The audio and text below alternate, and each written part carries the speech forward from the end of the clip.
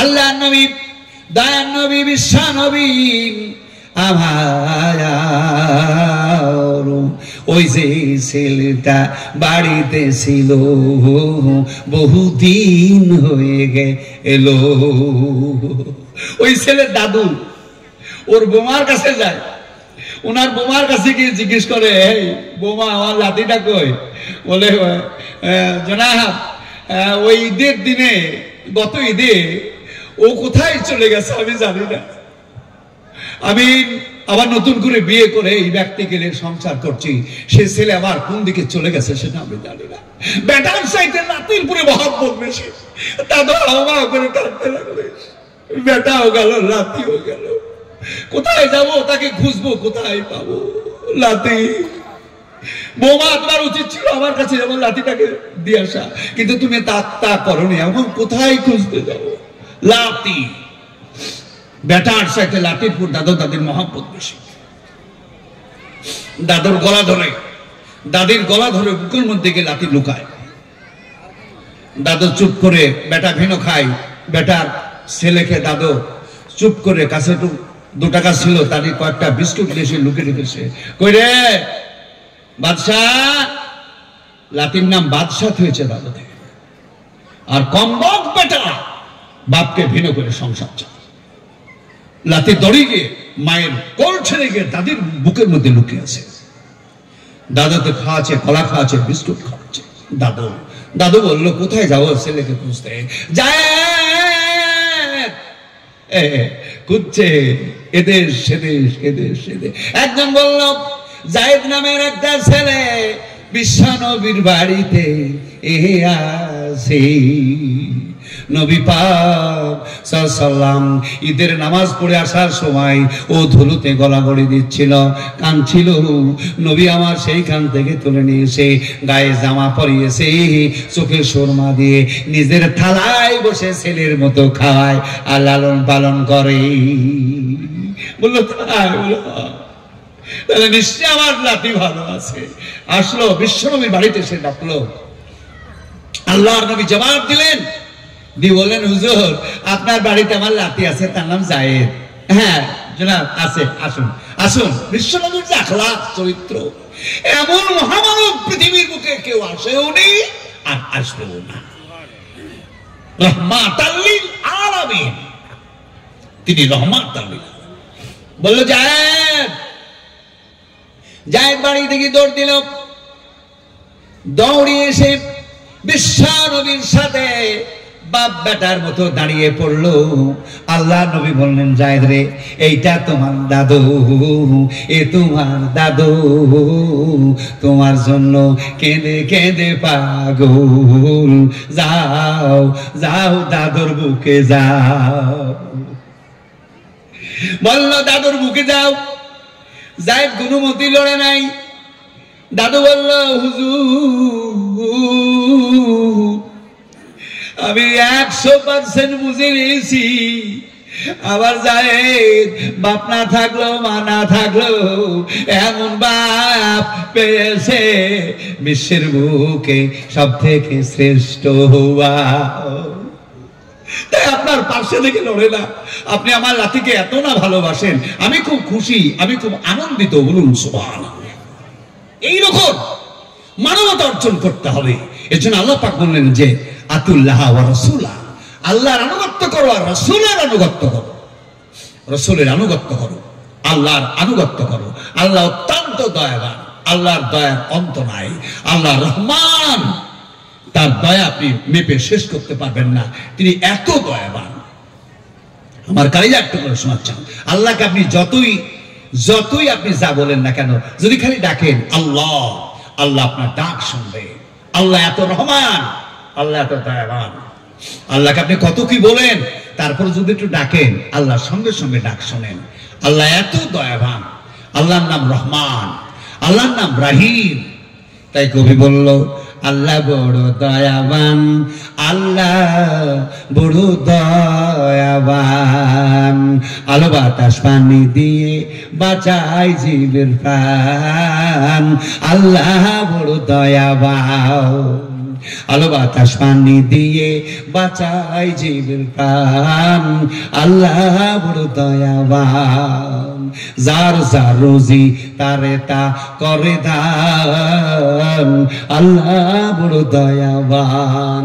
মায়ের অন্তরে দেয় ভালোবাসা, বুকে দেয় গো ও খাবার, বাঁচায় শিশুর প্রাণ, আল্লাহ পাকের দান। ও মায়ের যে বুকের দুধ, এটা আল্লাহর দান। এই কালেজার টুকরো শোনা চান, আল্লাহ বড় দয়াবান, আল্লাহ বড় দয়াবান, আল্লাহ বড় দয়াবান। আলো বাতাস পানি দিয়ে বাঁচাই জীবের প্রাণ। আল্লাহ বলে বান্দারে পানির মূল্য লাগবে না, বাতাসের দাম দিতে হবে না, সূর্যের আলো এরও পয়সা লাগবে না। মা বলে বেটারে তোমাকে যেদিন প্রসাব করেছি তারপরে হতে এ পর্যন্ত দুধ খাওয়াই, পয়সা লাগবে না। বিজ্ঞানী রবিদাস শারীরিক বিজ্ঞানী, উনি বলছেন একটা কন্যা সন্তান মায়ের বুকের দুধ যদি খায় 18 থেকে 22 মণ খায়, আর একটা পুত্র সন্তান মায়ের বুকের দুধ খায় 28 থেকে 32 মণ। বলুন সুবহানাল্লাহ। মা বিশ্বের বুকে মা, এর উপর আর কেউ না। মায়ের দিকে তাকালে একটা কবুলিয়াত হজের নাকি, মা এত বড়, মায়ের দিকে যদি আপনি তাকান একটা কবুলিয়াত একটা হজের নাকি। আমার কলেজে মা এত বিশাল, মাকে যদি একবার ডাকেন মা, একটা কবুলিয়াত হজের নাকি পাবেন। মায়ের মুখের দিকে তাকিয়েছেন তো একটা হজ করার নাকি আপনি পাবেন। মা এত বড়, 32 মণ দুধ। আল্লাহ, আমি পৃথিবীর বহু দেশ সফর করছি, এখানে আজকে ক্লান্ত শরীর, ততটা সুস্থ নেই। বিশাল সফর, মেঘালয় থেকে আসছি, জেনারেল কামরা এসেছি, ট্রেনে দাঁড়িয়ে এসেছি, বহুত সিট পাই নাই। এ আমার কলেজার টুকরো শোনার চান, কি আপনাদেরকে বলবো, আমার শোনার চান কলেজার টুকরো। মা এত যে দেশ সফর করেছি, আমার জীবনে আমি কোথাও দেখিনি কোন মা তার বুকের দুধ নিয়ে বসে বসে বিক্রি করছে। দুধ বিক্রি এরকম আমার চোখে পড়ে। বড় বড় বন্দর, বড় বড় আপনার শহর, আপনার বিমানবন্দর, এমনি শহর, রেল স্টেশন ঘুরছি না। এখন আপনারা দেখেছেন কিনা জানি না, মায়ের বুকের দুধ পৃথিবীতে বিক্রি হচ্ছে, এরকম দেখাতে পারেন কি আপনারা? না। আল্লাহ বলেন বাতাস বিক্রি নাই, যত পারো খাও, শ্বাস প্রশ্বাস নাও, পানি মেঘের পানি, সাগরের পানি, নদীর পানি, বাতাসের ভেতরে পানি, পাতালে পানি। আরে খাও, পয়সা লাগবে না। সকালবেলায় ফজরের নামাজ পড়বো, কেউ কেউ ভাবছে ঠান্ডা, ঠান্ডা না, আল্লাহ দয়াবান, ওইটা ঠান্ডা করে নাই। কি করেছে জানেন? এই যে পানির স্তরটা, পৃথিবীর তলে স্তর, এর তলে আপনার আছে লাভা, এর তলে আছে আপনার লাভা, ওই লাভার উপরে হলো সমুদ্র। এটা ভূত্বক, ভূত্বকের তলে হচ্ছে শিলামণ্ডল, আর শিলামণ্ডলের তলে লাভা, আগুনের মহান সমুদ্র সারা পৃথিবীর তলে। ওই আগুনের তাপে শিলামণ্ডল পাথর উত্তপ্ত হয়ে আছে, আর পাথরের তাপে পৃথিবীর সাগরের পানি সহ পাতালের পানিগুলো সব তরল হয়ে আছে। বলুন সুবহানাল্লাহ।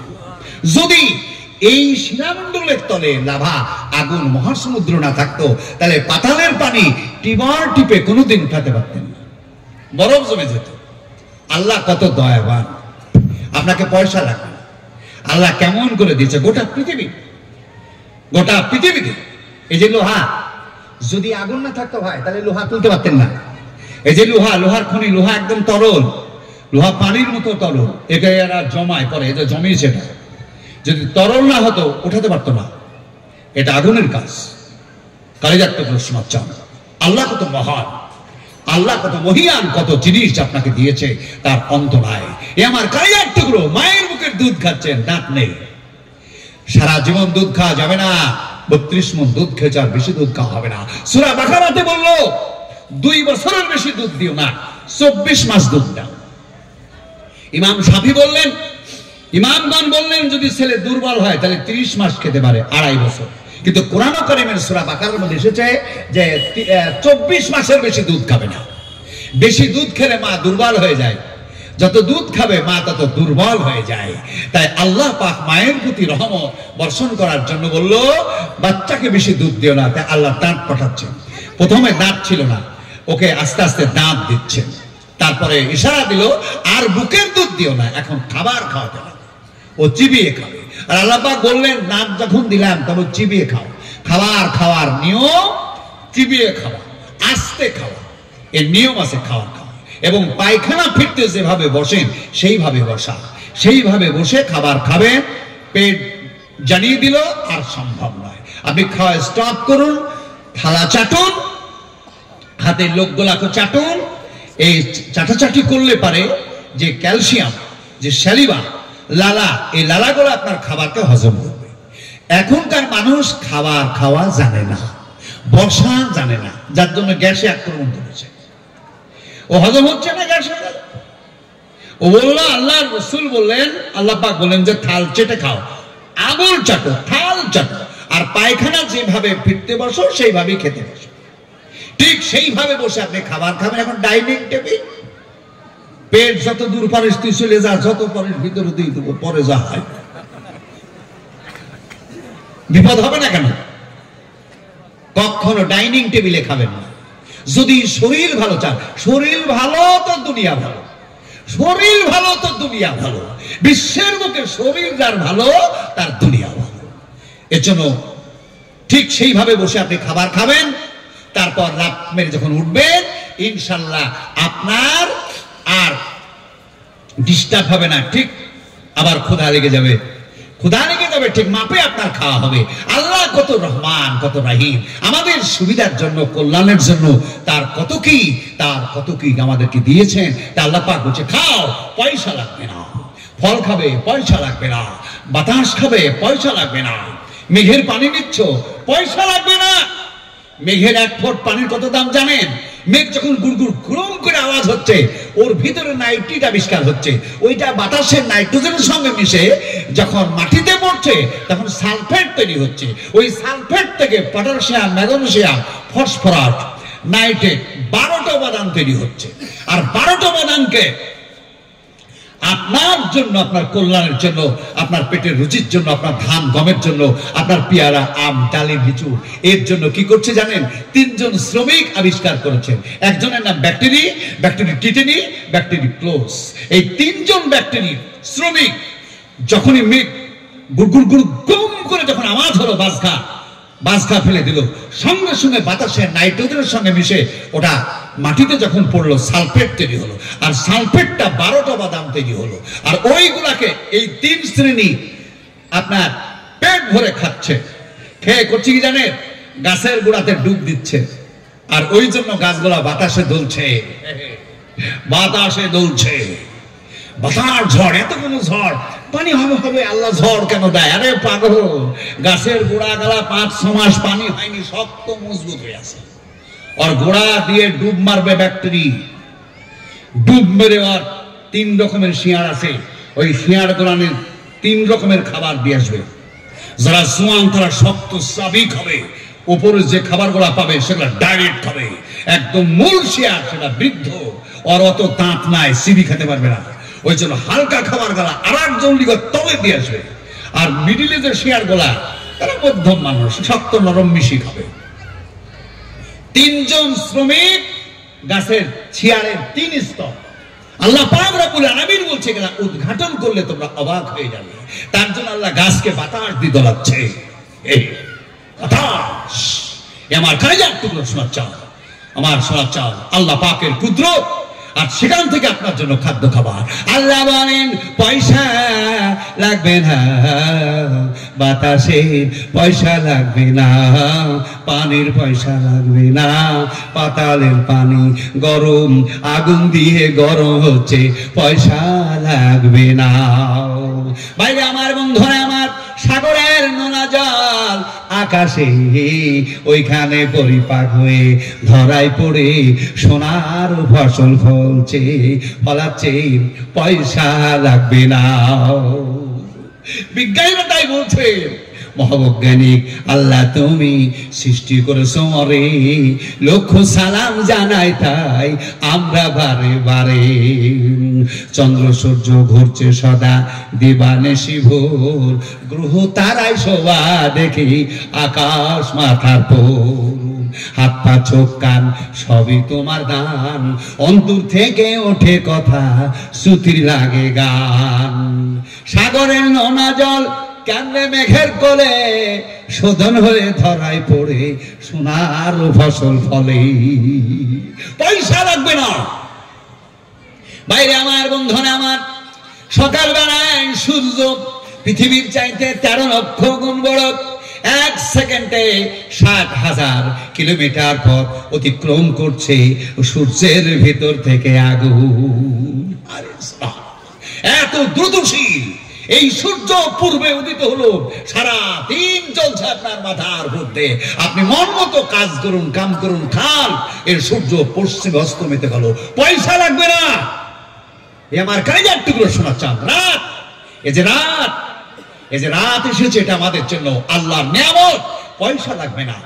আল্লাহ এর জন্য পয়সা লাগবে না, না, এর জন্য আল্লাহ আপনার কাছে পয়সা চান না। এটাই আল্লাহর কাছে দাঁড়িয়ে আছে আপনার আব্বা, আপনার মা।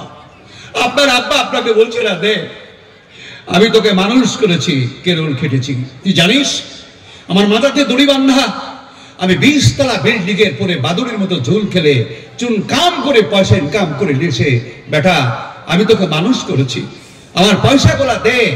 এইরকম দ্বারস্থ পৃথিবীর বুকে কোনো বাপ হয়েছে কি? না, কোন বাপ না। মা আপনাকে কি বলেছে যে বেটা বহুত কষ্ট করে 32 মুঠ দুধ দিয়েছি, দাম দে, দে বেটা আমি তোকে পেশাব পায়খানা পরিষ্কার পরিচ্ছন্নতা করেছি, আমাকে পয়সা দে? না, এই আল্লাহ, মা আর বাপ, এই তিনজন, এদের বিকল্প পৃথিবীর বুকে কেউ নাই। এজন্য আল্লাহ পাক বলেন, আবুদুল্লাহ, ইবাদত করো আল্লাহ, ওয়ালা তুশরিকু শাইউ, আল্লাহর সাথে শরীক করো না, আর অবিল ওয়ালিদাইন ইহসানা, আর বাবা মাকে সম্মান করো, ইহসান করো, বাবা মাকে সম্মান করো, ইহসান করো, বাপ মাকে সম্মান করো। আজকে কি বলবো আপনাকে, আর প্রত্যেকটা বাড়িতে ছেলে না মেয়েরা ভিন্ন, প্রতিটা বাড়িতে ইসলাম চলে গেছে, মানবতা চলে গেছে। কলেজার টুকরো, একটু তো বুঝার দরকার যে আমার আব্বা আমার মা, আল্লাহ আপনাকে যথেষ্ট বুদ্ধি দিয়েছে, জ্ঞান দিয়েছে, আপনি কিয়ামতের ময়দানে জবাব দিবেন কি করে? আপনাকে আল্লাহ এত বুদ্ধি এত জ্ঞান দিল, এত জ্ঞান এত বুদ্ধি পেয়ে আপনি মানুষ হলেন, একদিনে মানুষ হননি। কত কষ্ট করে আপনাকে মা মানুষ করেছে, আব্বা আপনাকে মানুষ করেছে, আর তারা আজকে ভিন্ন সংসারে ভিন্ন খাই। আপনি ঘুরে দেখেন আপনার বাড়িটার দরজা আলাদা, আপনার দরজাটা ভিন্ন দিকে, আপনি ভিন্নভাবে চলার চেষ্টা করেন না, এটা মানবতার পক্ষে যায় না, এটা ধর্মের পক্ষে যায় না। এ আমার কালেজার টুকরো আমার শোনা চান, আমার ভাই হোক, এর জন্য আপনাকে আমাকে জাহান্নামে যেতে হবে, আল্লাহ আপনাকে আমাকে জাহান্নামে দিবে। এর জন্য আমার কালেজার টুকরো শোনা চান, মা আব্বাকে সম্মান করুন, ভালো রাখুন, আপনি আব্বাকে নিজের বুকে রাখুন। আল্লাহ পাকের কোরআন বলল কাওলান কারীমা, বাবা মাকে সম্মান করো, ভালোবাসো।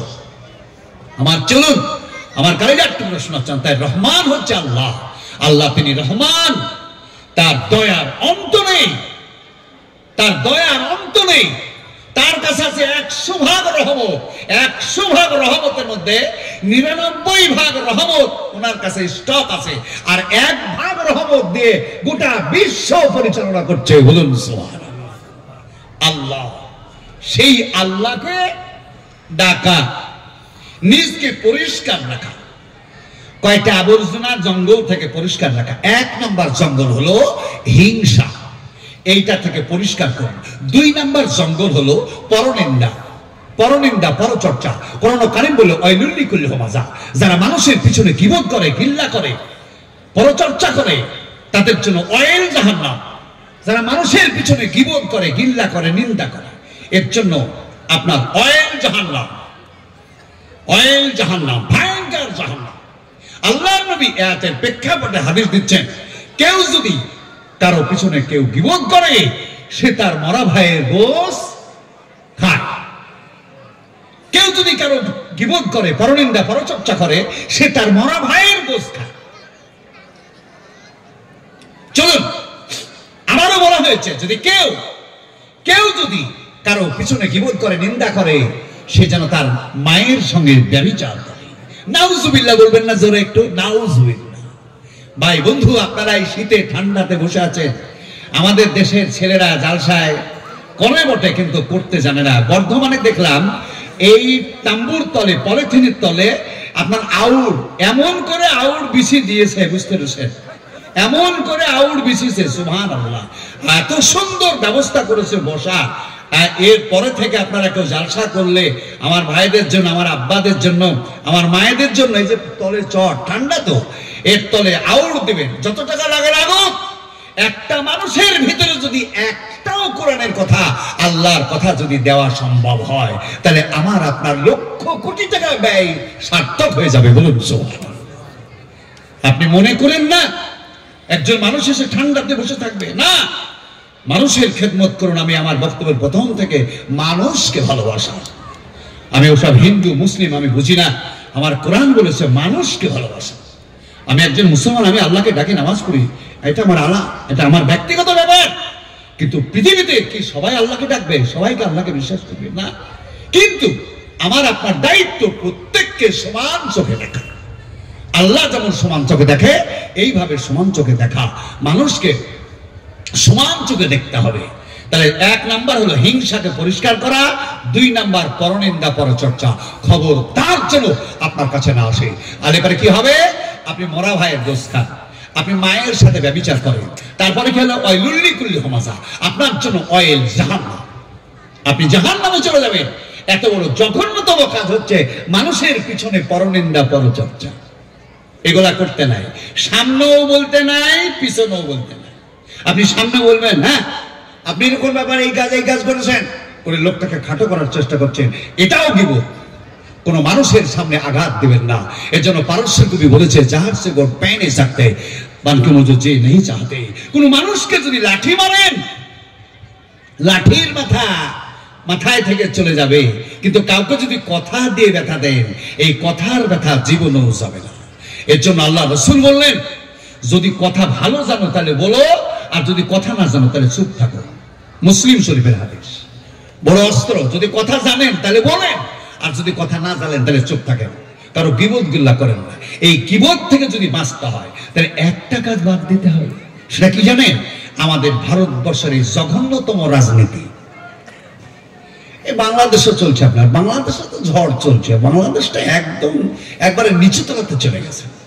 খালি নিউজ দেখে দেখেন বাংলাদেশে কি চলছে, এত খালি গদির লোভে কে যে কি করছে, নাউজুবিল্লাহ, কার বিরুদ্ধে কে কি বলে, এইসব বলতে গিয়ে কি হবে জানেন? জাহান্নামে চলে যাবে। এই পরনিন্দা পরচর্চার ঘাঁটি হলো রাজনীতি। এর কথা ও বলে, ওর কথা আর একজনা বলে, এর জন্য রাজনীতি করবেন না, রাজনীতি মোটেই করবেন না, রাজনীতি করবেন না। যদি কেউ ভোটে দাঁড়ায়, মনে মনে আপনি দেখবেন ছেলেটা ভালো, ছেলেটা সৎ, অবশ্যই ছেলেটা ভালো, চুপে চাপে ভোট দিয়ে আসবেন। রাজনীতি করবেন না। ব্যক্তি যদি ভালো হয়, আর কোন ব্যক্তি ভোটে দাঁড়াবেন না যদি আপনার চরিত্র ভালো না হয়, যদি আপনার মধ্যে বিচার বুদ্ধি না থাকে, যদি আপনার মধ্যে মানবতা না থাকে, যদি আপনার মধ্যে ধর্ম না থাকে, তাহলে আপনি রাজনীতি করতে যাবেন না। আপনি রাজনীতি করবেন যদি আপনার মধ্যে ধর্ম থাকে, মানবতা থাকে, বিবেক থাকে, ইনসাফ থাকে। আবু বকর সিদ্দিক নির্বাচন হলেন, উনি খলিফা নির্বাচন হলেন। তারপরে দিন সকালবেলায় চাদরের একটা ব্যাড়ি ঘাড়ে, চাদর ওমর ফারুকের কানে পড়লো। ওমর ফারুক বলে, হ্যাঁ তাই তো, এটা আবু বকরই তো। কাছে এসে বললো, জনাব আপনি যদি চাদর বিক্রি করেন তাহলে এই মদিনা মক্কা এই আরব জগৎটা মানুষের এই দেখাশোনা কেটা করবে? আবু বকর বললেন, ওমর তোমরা আমাকে এই মদিনার এই দায়িত্বভার আমার মাথাতে দিয়েছো বটে, কিন্তু আমার পেটের রুজিটা তো আমাকে কামাতে হবে। এই পেটের রুজিটা তো আমাকে কামাতে হবে। আবু বকর সিদ্দিক একদিকে চাদর বিক্রি করে নিজের সংসার পরিচালনা করেন, অন্যদিকে দেশ পরিচালনা করেন। আবু বকরের পরবর্তী উমর ফারুক রাদিয়াল্লাহু তাআলা আনহু, তিনি দেশ চালাচ্ছেন। সুবহানাল্লাহ। মিশর থেকে এসেছে খ্রিস্টানরা মুসলমানদের নেতা আমিরুল মুমিনিন উমর ফারুকের সাথে দেখা করতে আসবে। লোকটা কেমন, তার কিছু পরিচয় শুনেছেন, ঘটনা শুনেছেন, তাই দেখতে এসেছে। এসে বাড়িতে এসে ডাকে, হযরত নেই বাড়িতে। কোথায় আছে? না তো উট চড়াচ্ছে ময়দানে, মাঠে উট চড়াচ্ছে। আরে আমিরুল মুমিনিন একজন বাদশা, তিনি উট চড়াচ্ছে।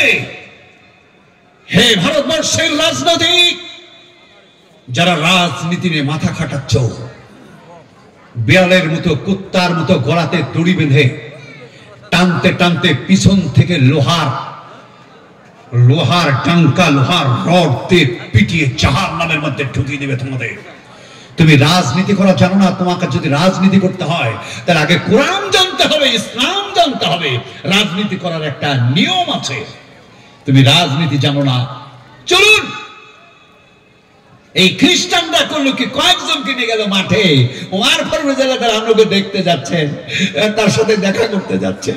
আর বেলা 10টা কি 11টা হবে, আনুমানিক এরকমই, এই 9টা 10টা এরকম হবে, মানে পূর্বে ছিল বেলা।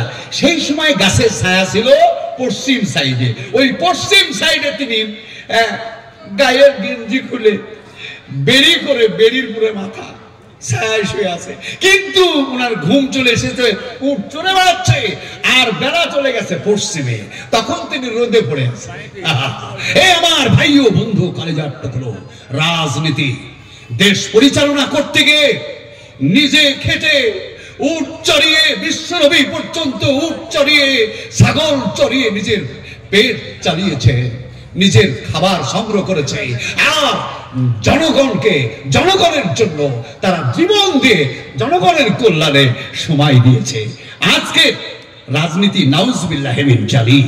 আপনি মুসলমান, আপনি একজন মুসলমান, এইরকম রাজনীতি কখনো করবেন না, কখনো আপনি করবেন না। ভাই ও বন্ধু আমার, আপনার সামনে ভয়ানক দিন আসছে। সারা পৃথিবীর বিজ্ঞানীরা কিন্তু একমত, এই বিশ্ব ধ্বংস হয়ে যাবে। আর মহাবিজ্ঞান কোরআন কারীম বলল, এজা সামান ফাতারাত, আকাশ ভেঙে পড়বে, নুজুমুন কাদারাত, তারকা ভেঙে পড়বে, এজা শামসু কুবিরাত, সূর্য ভেঙে পড়বে, কিয়ামত হবে, বিচার হবে। প্রত্যেকটা মানুষকে জবাব দিতে হবে, তার জীবনের কর্মের জবাব দিতে হবে। এজন্য আমার কলেজার টুকরো, 1 নম্বর হিংসাকে দূর করেন, 2 নম্বর আপনার পরনিন্দা পরচর্চাকে দূর করেন, 3 নম্বর গরিবের নামে ঘর আসলো, টাকা আসলো, আর আপনি হিকমত করে ব্রেন খাটিয়ে কৌশলে তাতে খামচা দিলেন, তাতে খামচা বসাচ্ছেন, সিলের মতো খামচা মারছেন। আপনার এই খামচায় লাভ হবে না, আপনার উন্নতি হবে না, আপনার উন্নতি হবে না, আপনার নামাজ কবুল হবে না। আপনি যদি মুসলমান হয়ে থাকেন আর এরকম করে জনগণের টাকা মাল যদি ঘর বাড়ির টাকা পয়সা খামচা খামচা মারেন, তাহলে আপনার নামাজ কিন্তু হবে না।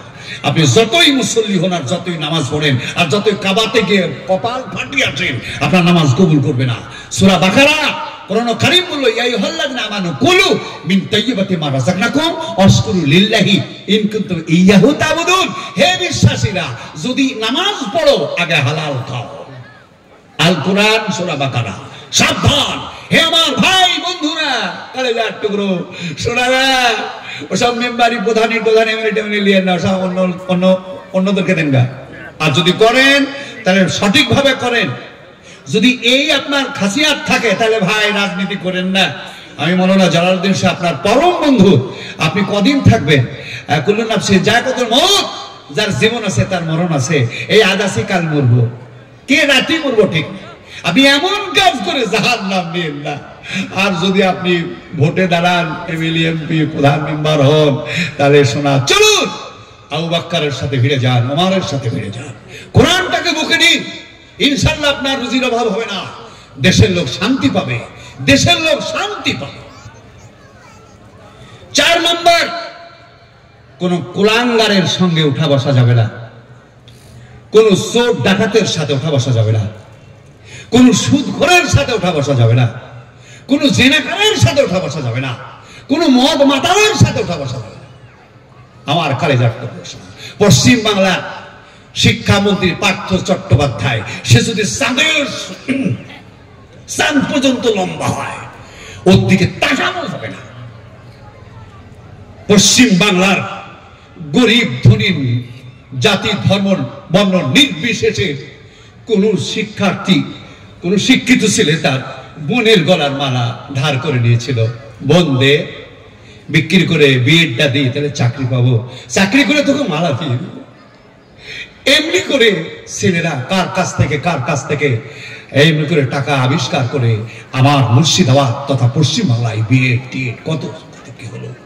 আর তাদের কাছ থেকে চাকরির বাহানাতে কোটি কোটি টাকা আত্মসাৎ। ও চলে গেছে জেলে, টাকা চলে গেছে টাকার চালাতে। এইরকম দুষ্ট লোকের পার্শ্বে বসা যাবে না। আপনি হিন্দুর পার্শ্বে বসে চা খান, আপনি একটা সাঁওতালের পার্শ্বে বসে চা খান। সেদিন ট্রেনে আসছে, দেখে তার কাছে বসে আছে মেয়ে ছেলে, ওরা আসছে বর্ধমানে, ধান কাটবে তো আসছে। তো এরকম করে মেয়েটা মুখটাকে কেটেছে, আমি শীতে বোধহয় জড়া আছে। তারপরে দেখি তো মদের গন্ধ ছুটছে টুকটা। তো যাই, তোমার মুখে মদের গন্ধ? তো বলছে আন্ন কথা ফানো কহা, বলছে আন্ন কথা ফাফা খান কাহা, বলছে মদ একটু খেয়েছি। তুমি কেন মদ খেয়েছো? তুমি মেয়ে ছেলে মানুষ, আমাদের ধর্মে বলে নাকি মদ খাওয়া আছে, তাই খেয়েছি। কাছেই থাকলো, কি বলবো, থাক মদের গন্ধ আর কি করবো, এখন কাছে বসে আছে আর খেতে দিব। এই মদের গন্ধ শুনতে শুনতে নাক শেষ হয়ে গেল, খাগড়া ঘাটে এসে আল্লাহ বাসনি। কথা বুঝতে পেরেছেন? আপনি মদ খোরের পাশে বসেন, আপনি নেশাখোরের পাশে বসেন, কিন্তু আমার কালেজার টুকরো চোরের পাশে চালে বসেন না, খবরদার না। আপনাকে জাহান্নামে চলে যেতে হবে, আপনাকে জাহান্নামে যেতেই হবে। আমার কালেজার টুকরো শোনার চান। আপনি চোরের পাশে কি করে বসতে বলবো আপনাকে? আমার ইসলাম বললো, তুমি রাস্তায় চলছো, টাকা পড়ে আছে, কত টাকা? 10,000 কোটি টাকা, 10,000 বিলিয়ন কোটি টাকা। টাকার দিকে তাকান, তাকিয়ে পালাতে শুরু করেন। কিভাবে পালাচ্ছেন? কেন এই আব্দুর রহমান পালাচ্ছেন কেন? আর বলবেন না এখানে বহুত টাকা পড়ে আছে। পালাচ্ছেন কেন? পালাচ্ছি এই জন্য যে আমার নাফস আমাকে হয়তো ওখানে পেরে ফেলতে পারে, আমাকে হয়তো লোভে ওখানে বসিয়ে দিতে পারে, আমাকে আত্মসাৎ করে নিয়ে যেতে পারে। এর জন্য আমি পালিয়ে যাচ্ছি, টাকা নিব না। এ আমার কালেজার টুকরো সমাচার। আমার ধর্ম বলল টাকা পড়ে আছে, তুমি চলে যাও। ইসলাম, ইসলাম। আপনি চুরি ডাকাতি করবেন তো দূরের কথা, কোটি কোটি টাকা পড়ে আছে, আপনি পালিয়ে যান। যার টাকা হারিয়েছে তার বুকে ব্যথা, চোখে জল পানি, সে ঘুরছে আসবে, টাকা উঠায়েন না, টাকা উঠায়েন না। ইসলাম বললো বসে যাও, যদি পারো বসে যাও, টাকা পাহারা দাও। কার টাকার যতক্ষণ না আসবে তুমি ততক্ষণ পাহারা দিতে থাকো। এ আমার কালেজার টুকরো।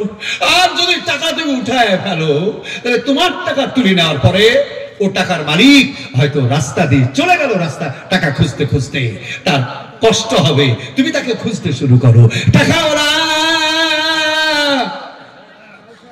খুঁজতে থাকেন, 1 মাস 2 মাস 3 মাস 6 মাস 1 বছর খুঁজতে থাকেন।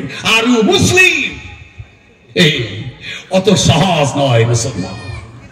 আপনি একজন মুসলমান, টাকা লোকে খুঁজছি ভাই, টাকা লোকে পাই নাই, বছর চলতে শুরু করলো, টাকা লোকে পাচ্ছি, কোথায় যাব? সেই টাকার মালিক কোথায় গেল? ইসলাম, ইসলাম, ইসলাম। ইসলাম মানে শান্তি, মুসলমান মানে সহায়ক, মুসলমান মানে সহায়ক, মুসলমান মানে পরম বন্ধু, মুসলমান মানে একজন মহামানব, মুসলমান মানে দরদি, দরদি। আমার নবী, আপনার বিশ্বনবী বললেন, তুমি সন্ধ্যার লাগার আগে তুমি 10টা বাড়ি ঘুরে দেখো কার কি অবস্থা, কে কি খায়, কে কি কি আছে, দেখো তাদের দারিদ্রতা দূর করো। তাই কোরআন বলে রাযাকনাহুম ইনফিকুন, আল্লাহ জানা ইনফিকুন বিল লাইলি ওয়ান নাহার সিররা ওয়ালাতান, তোমরা দান করো রাতে, দান করো দিনে, দান করো প্রকাশ্য, দান করো অপ্রকাশ্য। এ আমার কালেজার টুকরো শোনা। ইসলাম মানে শান্তি, ইসলাম মানে মানুষকে ভালোবাসা। ইসলাম মানে আপনার দুঃখীর পার্শ্বে গিয়ে দুঃখের অংশ করে নেওয়া, মানুষের বিপদকে অংশ করে নেওয়া, বিপদে ঝাঁপিয়ে পড়া। আল্লাহ রাসূল বললেন, সকালবেলায় যদি কেউ রোগী দেখতে যায়, সারা দিন ওই লোকটার পরে 70,000 ফেরেশতা আল্লাহ রহমত বর্ষণ করে। বলুন সুবহানাল্লাহ। সকালবেলায় কি আপনি বললেন, আব্দুল সালাম ভাই আপনার কথা এসেছে একটু, সে বললো ভাই আমি 3 মাস বিছনায় পড়ে আছি। আপনি কাছে কি বললেন, হুজুর আল্লাহ আপনাকে ভালো রাখো, এটা হাদিয়া এনেছে আপনার জন্য। হাদিয়াটা জড়সড় করে আপনি তার হাতে দিলেন। 2,000, 1,000 টাকা, 5,000 টাকা। আপনি যখন চলে আসবেন তখন টাকা সরকার দেখবে। এই টাকার জন্য একটু ওষুধ মিলাতে পারিনি, কত কষ্ট হয়, একটু খাবার জোটে না। আব্দুর রহমান আমাকে 5,000 টাকা দিয়ে গেছে। আল্লাহ তুমি তার মঙ্গল করো, আল্লাহ তুমি তাকে জান্নাত দিও। তার দোয়া আপনার জন্য কবুল হয়ে যাবে। মানুষের দোয়া মানুষের জন্য জান্নাতের চাবি। এর জন্য আমার কলেজার টুকরো শোনা চান, মানুষকে অভিশাপ দিয়েন না, মানুষকে দোয়া দেন। মানুষের কাছ থেকে অভিশাপ নেবেন না, মানুষের কাছ থেকে দোয়া নিন। এমন কাজ না করুন কোন মানুষের সে যেন ব্যথা না পায়। তার জন্য আমার নবী, আপনার বিশ্ব নবী বললেন, ও পথের টাকা পথে পড়ে থাকবে, রাস্তা দিয়ে মেয়েরা চলবে। কোরআন বলল কারো দিকে তাকায় না, এরা মায়ের জাত, এদের দিকে তাকায় না, এদেরকে মা বলো। ধর্ষণ তো দূরের কথা, তাকায় না। ভারতবর্ষে ধর্ষণের ঝড় উঠেছে, এখানে শিক্ষা নেই, শিক্ষার মান নেই। কোরআন কারীম বলল কুল্লিল মুমিনিনা ইয়াকুযু মিন আবসারিহিম, হে নবী আপনি বলে দিন পুরুষরা যেন নারীদের দিকে না তাকায়। ইমাম শাফি বললেন একবার তাকানো যায়, কিন্তু ইমাম আবু হানিফা বললেন যদি চোখ খারাপ থাকে তাহলে একবারও তাকানো যাবে না। আল্লাহ আপনাদেরকে বোঝার তৌফিক দান করুন। আমার কলেজার টুকরো শোনাচ্ছেন, অসুবিধা হচ্ছে, আপনারা ভিতরে চলে আসুন। আমার ভাই আমি আপনাদেরকে কষ্ট দিলাম, ঠান্ডাতে বসে দেখেছি আপনারা সুন্দর মৌমাছির মতো জমে বসেছেন।